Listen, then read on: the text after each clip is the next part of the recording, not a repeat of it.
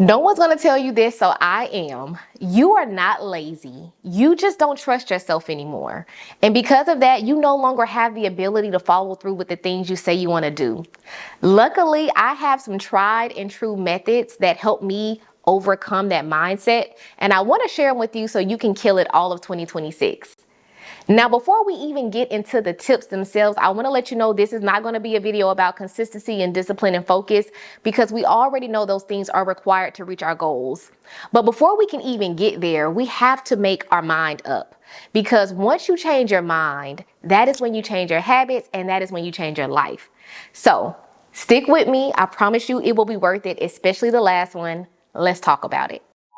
If you clicked on this video, then I'm assuming you're like me when it comes to goal setting. You get really excited about doing something. You get a planner, all of your resources. You set some time aside for it. You make your whole schedule around this thing. You go really hard for about 2 weeks, if that long. And then by the third week, you're completely burnt out. You've forgotten about the goal and you don't want to talk about it anymore until the next year.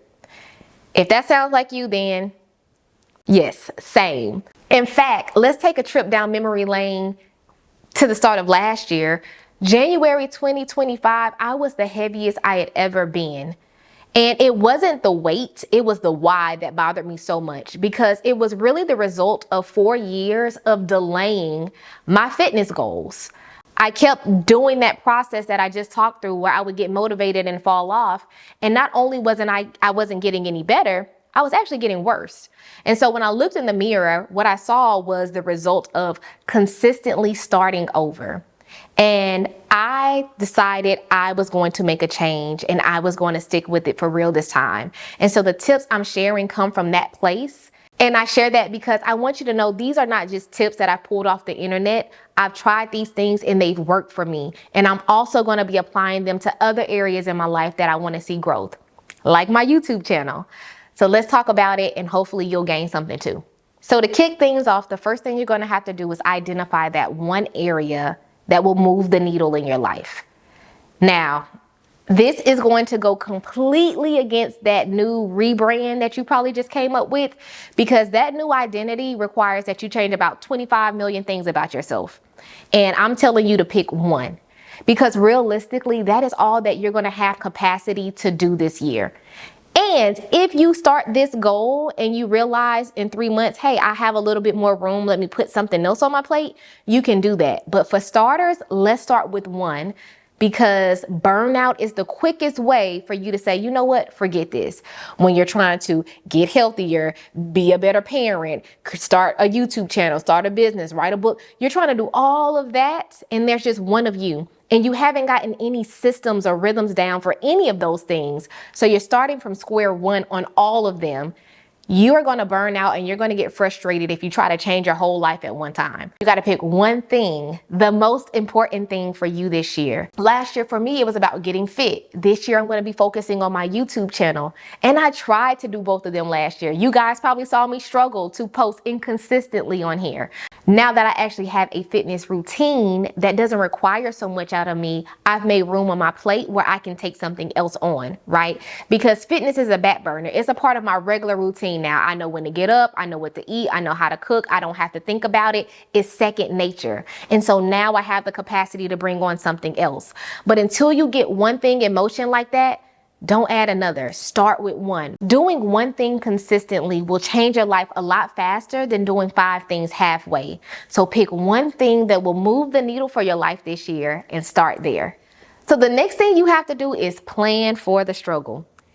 In fact, say it with me. Say, I will struggle. Say it. Say, I will struggle. I will mess up. Say it. I will mess up.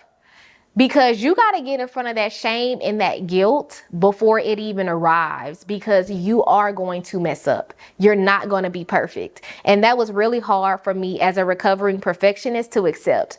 Because for me, when I was trying to achieve a goal, if it wasn't done exactly to the T, the way it was supposed to be done every single time, then in my opinion, I have failed. And I know we're really good at making justifiable reasons why we should beat ourselves up. I should know better. I used to be able to do it. There's no reason I can't make the time or commitment. But the reality is we are truly wired that way. And I mean, scientifically. I don't know all the science behind it, but I do know that your brain is set up to help you make decisions faster. It tries to look out for you so you don't have to think as hard to make decisions. And so if you every day after work go through the drive-through, and then for the new year you tell yourself, hey, I want to cook every day. You can bet your bottom dollar one day you're going to be driving, you're going to pull into the drive-thru and you won't even be thinking about it. Next thing you know, you're eating a burger and french fries and you're feeling guilty about it. You're feeling shame about it because why can't I stick to a goal? I told myself I didn't want to do this and yet here I am. And the reality is it's not that you are failing. You are really changing and growing, and you have to give yourself grace as you're doing it. You've been doing this same old pattern and routine for so long. All of a sudden you want to change it. You're not going to get it right every single time. And so give yourself grace to grow. Give your brain time to catch up with the new you that it knows you want to be.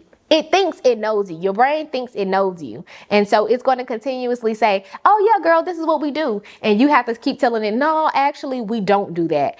And the more time and energy and effort you put into that new habit, the more your brain starts to learn who you want to become. And before long, you'll just drive past that drive-through and you won't think twice about it because that is who you have become. But in the middle of the becoming, you're going to mess up. You can guarantee that. So I really want you to give yourself grace when you fail, because that's not really failing. Reframe that and say, I'm trying, I'm growing, I'm challenging myself to become someone else, something new. And it's going to take time for me to get there. And when those moments happen, we don't stop, right? You make a mistake, you don't show up the way you want to, you don't just stop, you adjust. Right? So maybe you say, I'm going to lock my debit card, my credit card. I'm not going to keep any cash on me so that even if I am tempted to go through that drive-through, I won't have any money to buy anything. And then I'll say, oh, yep, I got to go home and cook. So you use those learnings to determine how you have to adjust and pivot until your brain can pick up on who the new you is supposed to be.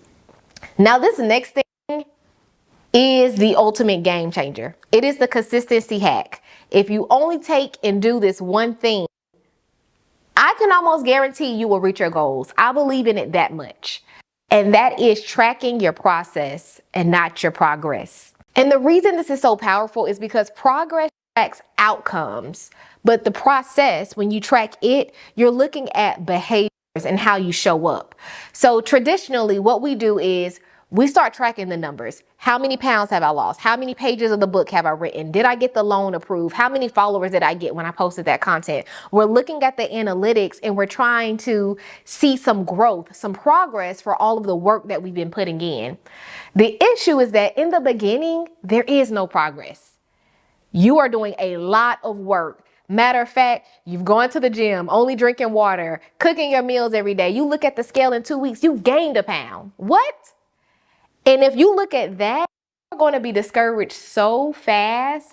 It's not going to seem worth it to you, right? It doesn't make sense. Why would I keep showing up, doing things I don't want to do, stretching myself and my capacity, and I'm actually not getting anything out of it? The problem with that thinking is you're not giving yourself enough time to let these habits compound so you can start to see some progress.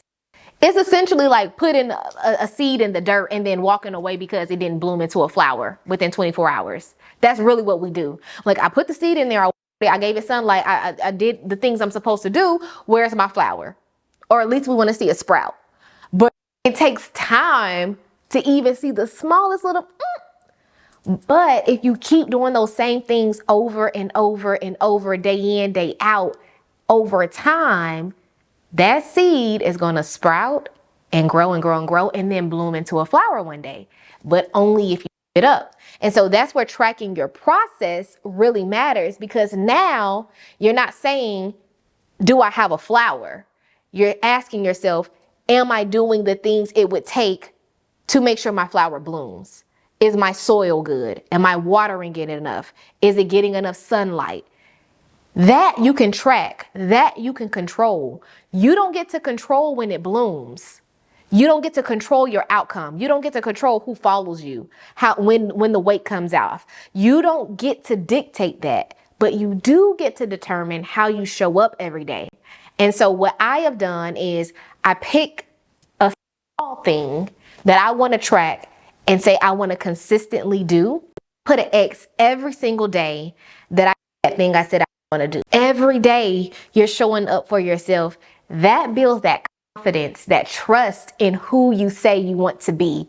You start to say, hey, I'm the type of person that shows up when I say I'm gonna show up.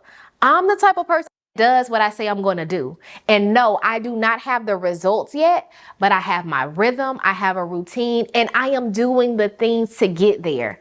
Now I'm not just talking about my goals. Now I'm not just dreaming them up. I am actually in the process of doing the thing. Because trust me, if you show up, the results will catch up. As I close, I just want to remind you that everything you need, you already have. It is inside of you. You just have to make your mind up that you want to get it and it's yours. This year, you got to go slow.